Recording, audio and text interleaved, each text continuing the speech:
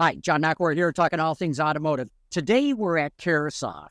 These guys are experts at tearing down vehicles and benchmarking them. We got Terry Woychowski here. He's the president of Caresoft, and this guy knows trucks. He used to run the entire truck program at General Motors. And Terry, the reason I'm here today, as you well know, is you got the Cybertruck. Well, John, thanks. I'm so glad you're out again. And, yeah. We waited a long time to get one of these. To get one. Yeah, I remember when Elon Musk was showing it to a crowd and a bit of a showman, and they were talking about the bulletproof nature of this and the bulletproof glass and things. And the challenge was to take a steel shot put, see if you can throw it through that window and it's going to bounce off. And it didn't. It went through the window. And when I saw it, I thought, oh, I can't wait to get one of those. And I thought that was one of the most interesting things I'd seen on that. It reminded me back at GM when we would launch a new product, learn a little lesson that said, never work with children, never work with animals, and never work with a mock-up.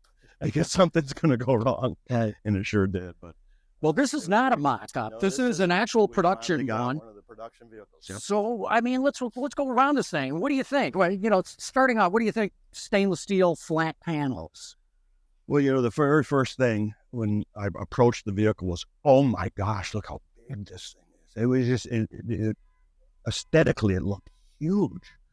And I think it's because of the flatness of the panels, the boldness of that design. Because when you park it next to a normal pickup, it's actually much smaller than a regular pickup. But it doesn't give you that visual cue. The panels are amazing, quite frankly, and they're remarkable. Let me put it that way. Yeah. And the technology that's gone into manufacturing these is quite impressive. As a product and as a truck, I highly question whether stainless steel is a good choice for material for a truck. Now, one thing I do like about the stainless steel is these flat panels, you don't need stamping dies. And because it's stainless and unpainted, you get rid of the body shop. I mean, that takes so much CapEx out of the program. It brings a lot, but the tooling required for stainless steel is expensive. Yeah. And the process is expensive. And this stuff eats tooling like lunch. It's really difficult to make panels like this. And that's why they are the shape they are, because it's so hard the material. It's hard to make get a lot of depth into the draw. It's much more like a brake. So that's kind of why it is like this. But, it also has some downsides to it in that every time you touch it, you're leaving fingerprints. Yeah. And, scratches and that type of thing. And from a truck perspective, my trucks, they're dirty because I use them. We have horse ranch and we use it as a tool, and, there's mud and everything. So now I've seen some that are either painted or wrapped. I think they look fantastic too, by the way. On it. Yeah. It really does. I think it addresses a lot of those downsides. Yeah. Right. It gives it, from the fingerprint protection and scratches and stuff, and aesthetically, you can do anything you want to with a wrap. So, what do you think fit and finish wise? I mean, I did a cursory walk around the truck before we started talking. Overall, it looks pretty good. There's a few issues here and there, but what's your professional opinion? In a couple areas, it's, they focused on the door, and you can see where the door fits pretty well in the hole, and closing efforts are good. Although, it's a frameless glass, so the glass, if you can't make that door, you got a problem, but that helps a lot. So in that area, it's good, but in other areas, it's quite a challenge, and you can tell. And some of these, when you look at some of the panels, they're sharp enough to shave. And then you look at how does this line up? How are we doing here? These are difficult. Yeah, this gap walks a little bit, doesn't it? And that's got to be the biggest challenge in that whole plant is getting fits and finishes that meet typical standards. It's really difficult. So that's a tough job that they have. Well, why don't we get in this thing? Let's drive around a little bit, and then I want to you've got a ranch, and so you're not just a truck guy. You're a truck guy with a ranch who uses trucks to work on the ranch, and I'd love to get your opinions on that, but let's go for a ride first. Excellent. So, Terry, What's your first impression? I mean, mine is, oh my God, look how far out the windshield is. This is a massively big area. That's going to be hard to keep clean. It is. Remember the, I think it was called the Silhouette or something, that the Oldsmobile, remember that? It looked like The a Dustbuster vans. Yeah, and you had to have a special tool to get out and clean it. Because of the styling, the way this A-pillar rakes, that's where it goes. And that's where the IP is, and that's where it intersects. And there's no functional reason to do it that way. But and what do you think? I mean, these A-pillars go way out farther than you get in any other car. Probably, to me, one of the most notable things and concerning things is the obscuration that I get from that A-pillar. They block your That view. A-pillar is so wide. And where it intersects my eye ellipse as I look, it can block out a small town. Now, fortunately, there's a porthole, and that's good. That helps. That helps. From a lighting, but even then, I'm trying to look here. Yeah. And I'm looking square into that large pillar. Yeah. That blocks that your makes view it a hard lot. because you have to do this. Right. Also, with this this massive windshield wiper, which one wiper, the biggest wiper in the planet, I'm sure, that the way it parks, you always get this V gap, so that I see a gap. A gap between the pillar and the blackout and the top of the wiper. I've pulled them back and put it in line, but with time it just relaxes and you end up with that. So you see this gap here, and you see so that's a function of the design of the vehicle, but that is a challenge. Let's go. I'm dying to see this thing. This get is very underway. Tesla-like, a center display. Mm-hmm. It's much larger and easier to read, and you could spend a month playing with this thing and figure out all the different things it does. It's pretty amazing, and they actually do that quite well. One interesting thing is there's no shifter, shift knob, so I can't. And every time I go, okay, how do I do this again? And really, it's pretty simple. You say, I want to go forward, and you just kind of swipe up there, and it says, oh, you want to go forward. You want to go backwards, you swipe it back. Now, I wanted to go down because I'm always shifted down to go into drive. Mm-hmm. So I kept doing this, and then ended up in reverse. I go, what the heck? Yeah, I kind of figured out, okay, you just kind of go in the direction you want to drive, and you can go. The camera quality is remarkable. Spectacular. It's remarkable. That is. Go to the backup one, or here, I'll do it even. Yeah. Usually backup cameras, especially at night, they suck. This looks terrific. I felt like I could back up a mile and stay on a trail. It's really the crystal clear. I still catch myself looking at the mirrors just because I've been trained for 50 years to do that. But, it is pretty remarkable. And then the rear view mirror, this rear view mirror is a bit useless because the backlight is so small. Mm-hmm. And because of the power tonneau that can cover that, Mm-hmm. it's like, But they put a rear view mirror actually on the display here. So you can see it's quite really vivid. So what you don't get here, you do get here, and it works out pretty well. Yeah. The first thing I notice is this. Of course, this is a steer-by-wire, which is pretty cool technology that they've introduced. But this yoke, it's not really a yoke. It's not a yoke, but this oblong steering wheel.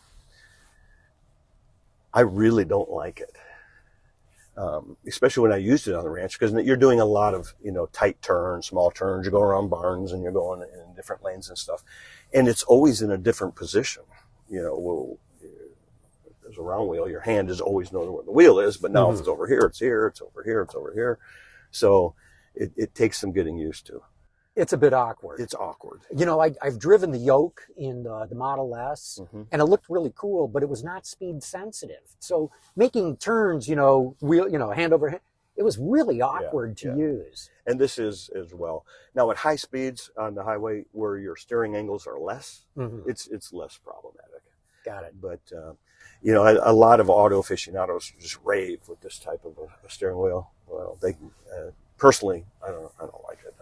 It's more of a gimmick to me. In a sports car where you're kind of lock to lock with just a half a turn each way, that would be ideal. But not in the truck where you're like making circular turns. And where you're doing work, you're not driving this for fun. I try to have to get Now, tools, feed. I will say this. We just went over some pretty bumpy pavement. This thing feels rock solid and really quiet inside. Yeah, it is that.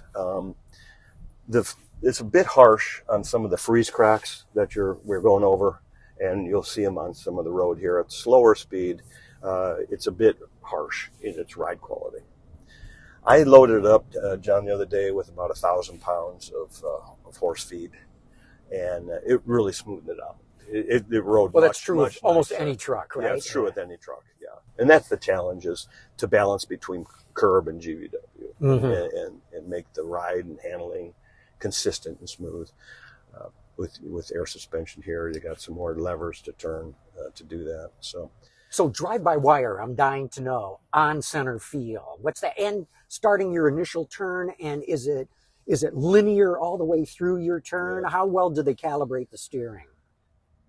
Well, it works. You didn't answer my question. My initial impression, the first time I started driving it, and I right away I put it to work on the ranch. So I thought, this is odd. That you don't have a mechanical connection to the road. So you're not getting feedback from the road patch to the tire up through the suspension to where you feel the road. Instead, this is all electronic. And so you're only getting electronic feedback. So at slow speeds and at large turning angles, you feel detached. And it took some time. And in fact, it was a bit twitchy. I felt like I'm always steering. I'm always steering to try now, to keep could that be the thing on tires? center. It can be, what your toe set and what's the tires. But at higher speeds, you start getting up into more road speeds, it really tames down. I wonder if that could be calibration. Maybe they did better calibration for higher speed than low. It very well could be. Or, I'm just, what I'm getting at, the loads are higher and I can start to feel. And what I'm getting at, since Tesla can seemingly fix anything with an over-the-air update, I'll bet they can better calibrate the steering over time too, as they learn it. I'm sure they can. So it took some getting used to, but up at highway speeds and then on the freeway, I'd say that the on center field was fine. The efforts are a little bit low to my personal taste. The overall effort, I like a little higher gain there, but that's partly because of 50 years of training on a mechanical system and being inundated with that. I was talking about the gap, V gap of that. You can see it right here, and as we've driven, that wiper's been blown over a little bit, and you can really pick up that gap. How about brakes? Are they hydraulic or are they by wire too? It's interesting. We have just received the vehicle, and the observations that we're making right now are pretty subjective. We will be doing a complete disassembly and benchmarking of the vehicles, and be able to understand all the systems and how they're working, the steering, the brake, all. I think a couple of the technology real wows in the vehicle are the 48-volt architecture. It might not seem like a lot on the surface, but it addresses a lot of problems. It gets after cost in a big way, and mass in a big way. Both very, very important to the EV vehicle development.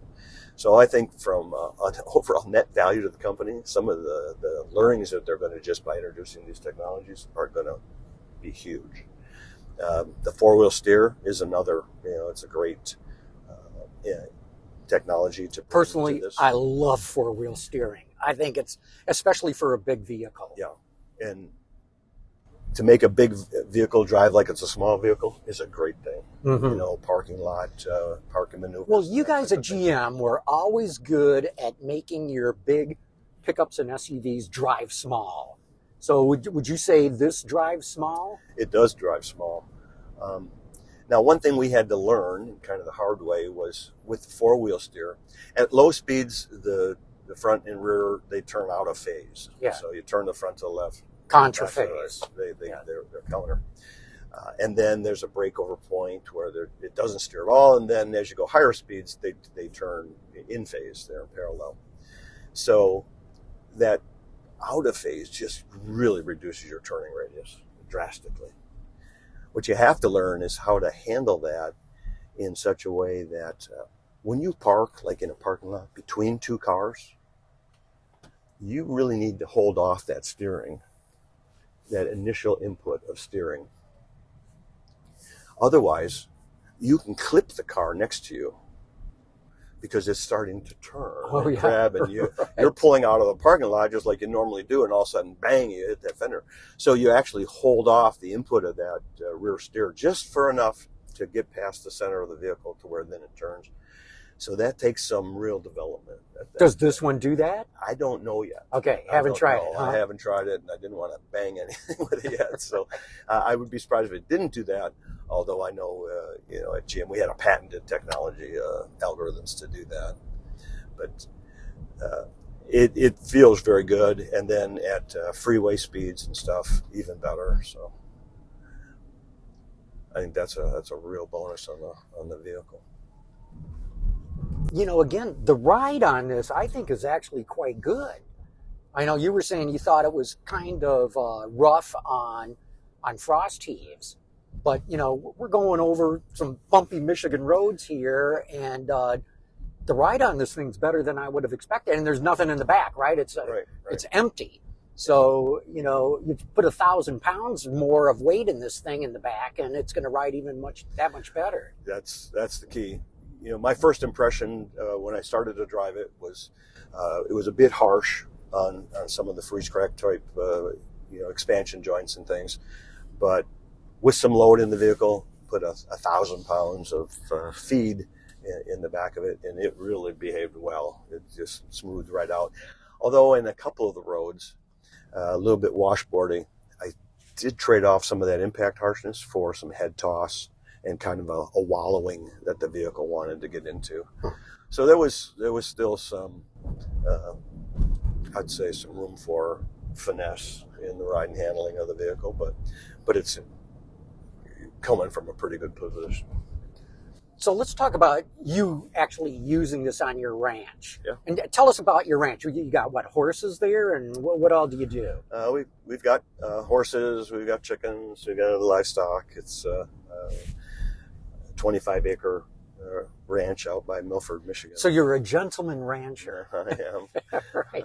But you love doing it. I love it. I was born in Bad Axe, Michigan, so I'm from farm country to begin with, and it's a passion. And my children all have homes out on our land, so all my family is all together out there, and kind of sharing the chores and such things. But I put this to work right away. The guy said, "Oh, I want to evaluate it." Well, when everyone wants to evaluate a vehicle, they do it like this. They drive on the road and just put it to work and start hauling hay with it, and start hauling wood, and start. So talk about that. You were hauling bales of hay, and you found some things you didn't like about this truck because of that. Talk about that. One thing I noticed was that whenever you move hay, there's always debris. There's loose hay that will fall down. The surface of the bed liner in this truck was really quite easy to clean. You just brush it with your hand, you can brush it off. So sometimes you get, the rhino liner type, which is like 60 grit sandpaper. Right. So it traps all the dust and dirt. Yeah. This was quite nice, just cleaned up really well. But I did notice that there's a good sized gap between the tailgate and the end of the pickup box. And so all that debris wants to fall in there, which is a pain in the neck. When it's dry, it's not a big deal, but if it gets wet, you can start getting moldy. It can actually sprout. I've had corn growing before in some of those crevices. So this did that. I noticed then when you shut the tailgate, a lot of that debris just falls down on the top of the bumper, which you should go out and clean off before you go out on the roads, or otherwise the guy behind you is getting a dust storm of hay. So it was one of those attention to details kind of a thing from a farmer using the product. So what else did you learn using the truck on your ranch? Likes and dislikes? It worked really well. It did a lot of work. It was well behaved. I had to back up. I had 1,000 pounds in it, and I have to back up an earthen ramp to my feed boxes, and it was snowy and icy. As I started to back up, I got some wheel slip, but it instantly, the all-wheel drive, took control, and I just kind of climbed up very nicely. It worked well.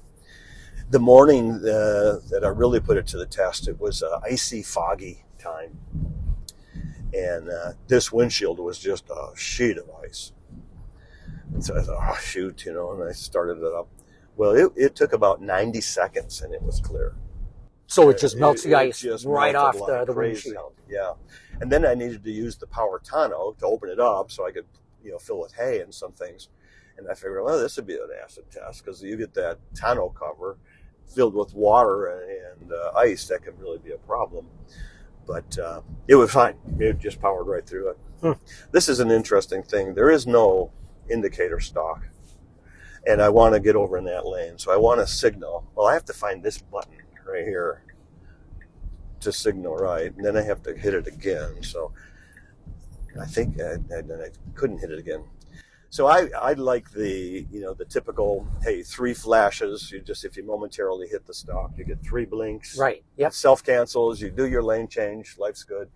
This one, I've yet to figure out how to make it do that. And then when you do have to make a change, you've got to find the right button, the left versus the right button, and then cancel it. It's like, that's a pain in the neck. Now, is that a pain in the neck because, like you say, you've been driving for 50 years with a turn signal stock, and now you got to press a button instead? Or do you think it's something that you would, just learn? I drive a Model Y a lot, and so I've learned a lot. Still, there are things that I just don't like. I don't like to have to come over here and hit a button to make a windshield wiper go. I'd rather be able just to do this. Yeah, to me, that's a safety thing. There are some, harmony, human factors type issues and again, like you said, I've been doing this. I've been driving for 50 years. It's pretty well ingrained in what I do and what I like. I can learn in some of these, but there's other areas I go, this will take a while to get used to, that's for sure. But do you remember when the cruise control used to be on the end of the blinker? Yeah. Used to be here. Right. When you go on cruise. I washed my windshield about 1,000 times trying to set the cruise control on my vehicle. We made that change. So it's like, you get programmed. Yeah. The Regen is significant. It has a good decel. It's well integrated. Its decels at about the right rate. We're reclaiming that kinetic energy and bringing it back to some chemical energy in the battery here. So have you found, are there different levels of Regen that you can pick? And you got to go through the screen to do it. You got to go through the screen. I don't like that. In fact, I very much like the paddle Regen, where you can, set a more aggressive Regen or back it off. Because there's times when I want to be able to coast. I don't want to lose my momentum. Yeah. So I don't like one pedal driving, except in, stop and go traffic. Then it's perfect. I love it. But, especially if I'm trying to hustle a car, drive fast and enjoy it, I want to keep my momentum going. And just having the paddles right there is so much easier to use than having to go through a screen. I don't know if the microphone can pick it up or not, but right here at about 45 miles an hour, there's a gear whine. It's quite noticeable. It's a little louder on the drive side of the gear than on the coast side. But if you hear... I hear the whine. There's a whine. Yeah. And it is there, and it is real. And so there's some, torsional resonance of the shafts, and you're excited by some gears that it requires some more refinement right here. So that's one of the issues I noted. Also at freeway speeds, there is wind noise that's being generated right in this area right here. Probably the windshield wiper? I believe it's the windshield wiper because it should be. I mean, it's just absolutely right there in the airstream, and it's huge. And all we have to do is take it off to determine if that's it or not. I haven't done that yet. I wouldn't be surprised, though, if it wasn't just turbulence over these cut lines. This is not an aerodynamically friendly geometry. This air doesn't like to make sharp bends. It wants to flow like water flows. And so I wouldn't be overly surprised if it was just being, just turbulence. Some turbulence, right? But with this windshield wiper here, I'm pretty sure that's what's causing it. Mm-hmm. So that's 75 mile an hour, 80 mile an hour, but there's a real notable wind noise that could be finessed. Well, I've asked a lot. Anything I'm missing here in terms of what you'd like to say about this truck? Well, its ability to do work, for what I used it for quickly there, it was fine. It did the work job. It did the job really well. I haven't been able to tow with it. It's that long haul. It's the trailer. Well, you know what's going to happen, and I know exactly what's going to happen. Yeah, that's, right. That'll be that's part of what the Achilles heel to the electric truck. But here's my question. Truck buyers. You ran the whole Silverado program, Sierra program at General Motors for I don't know how long. So you know the truck customer. Yeah. Will those truck customers go for a truck like this? That is the billion-dollar question, John. And many that I know, their first impressions are no. No, I have no need for that. I don't want that. Early on, in the EV revolution here, I was kind of on the same mindset. But we've got a lot of tools that we use out on the ranch. And I remember buying the first cordless tools. So, let's try this. Got this tool, got this tool. I will never buy another corded tool. Yeah. I just won't. Right. Now I have chainsaws. I got a whole portfolio of chainsaws for different size jobs out there, and there's trees all the time need management out there. And I said, well, never get an electric chainsaw. Yeah, you will. Yeah. And it's really nice. I've got an electric chainsaw. It's really nice. Yeah. Once you have those batteries, you never go back. Yeah. So you think the same thing could happen with this I do. when I don't hardcore V8 truck buyers get a chance to really experience, not drive around the block, but work on a ranch like you have. To do work, absolutely. You think they'll start to change their minds? Sure, I do. I believe that. The cost has to be in line. The value has to be there. Right. Because they're not buying these things, because it's this vehicle, John, this is just a fun vehicle to own, right? You're doing it because of personality and, what you want to project and all these other wonderful things. And it's over $100,000 vehicle. Mm-hmm. Well, not a lot of people buy a $100,000 vehicle just to go, do work with. So when the cost starts coming in line, and when the warranty and the quality is there, reliability is there, I think more and more, you would see people wanting to do this, because when it is working and when you can charge on your own property, yeah, it's superior. Yeah, really. So it's an amazing time to be in the auto industry. The best. It's best the best time ever. Oh, absolutely. I wouldn't miss it for anything.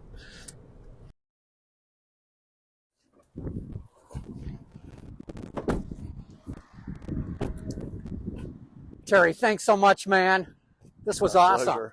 I love getting your impressions of this truck. Now, I know you guys are going to start to tear into this and really start figuring out what it's all about. Yep. And I want you to tell us, keep us abreast, keep us posted on what you guys learn. Well, that's what we're doing. I think there's a lot to learn here. Things are changing awfully fast, and these guys change a lot of it. So we're really looking forward to that, to being able to get down into each detail, and we'll bring that information out, and I'd love to share with you. That's great. Awesome. Anytime. You're on, man. Okay. Thank you. Yeah, John, thanks again. Thank you. You're welcome.